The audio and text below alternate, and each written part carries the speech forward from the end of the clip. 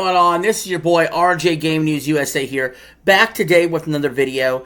And today we're going to talk about Nintendo having a shift in strategy on the pricing of Switch 2 games. So if you like this kind of content, like, share, and subscribe if you haven't already. Now I'm going to explain what this is.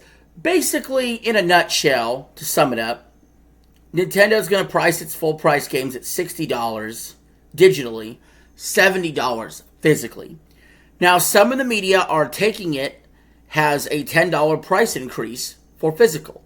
However, I'm taking the glass half full approach, which is a $10 discount for digital. I think this is a smart move. This is something that I have been saying for years gaming companies should consider doing, is discounting the digital games below the physical. Now, some physical collectors are going to be upset because it's going to make it an unfair, uneven system, and so are the brick and mortar stores.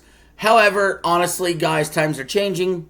I already buy all my games digital, and honestly, I just got to look at it like this. It's $10 off for you if you buy digital. That's the way I look at it. If you're going to get physical anyway, then physical was already going to be $70.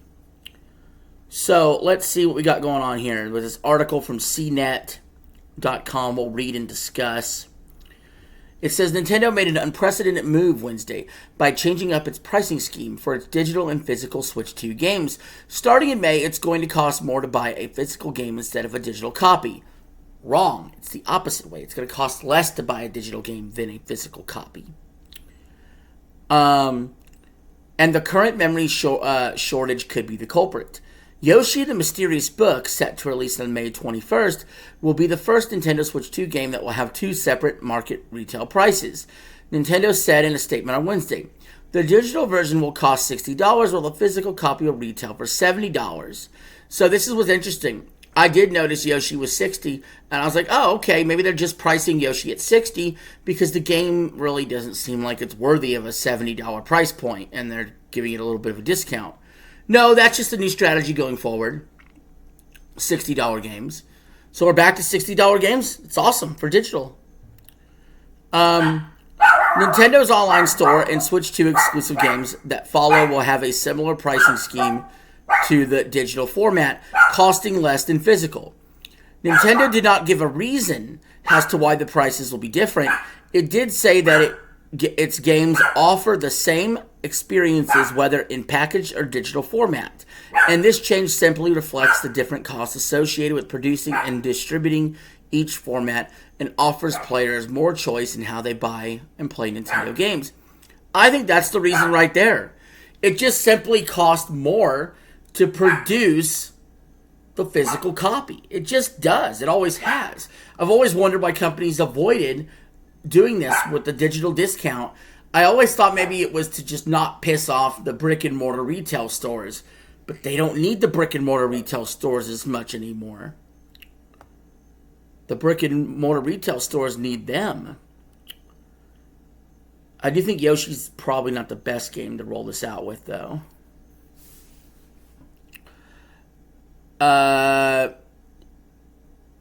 Nintendo did not give a reason as to why the prices would be different, even though it did. It did say that the games offer the same experience. Oh wait, I already read that. It's unclear how retailers will respond to this change. Nintendo says retailers can set the prices as they see fit for either version. So they're saying, hey, if you want to eat the cost, buddy, you could also charge $60. I don't think any retailer is going to do that. I think they're going to charge the $70. But that's a little odd of Nintendo there to shift the blame a little bit on the retailers themselves, because I'm sure they're not going to take a dig in their profit.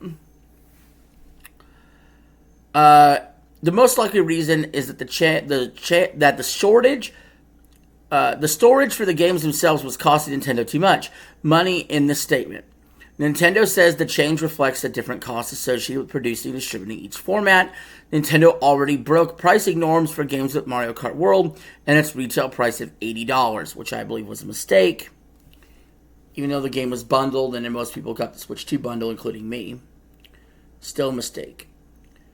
In the case of Switch 2 games, since the newer console is more powerful and can produce better visuals, that means the Switch 2 cartridges require more storage. Switch 1 games range from 2 gigabytes to 32 gigs, while Switch 2 games can start as low as 4 gigs, but they have double the file size of the older Switch games, with Split Fiction taking up 73 gigs. Cartridges with large storage sizes are more expensive to produce, especially during the current global shortage of memory happening across the globe. It would that Nintendo wants to pass along these extra production costs to gamers as they did with Mario Kart World. So yeah, I think it's pretty clear here. Nintendo wants you to buy their games from their digital store, and that's a little bit of a push there, I think.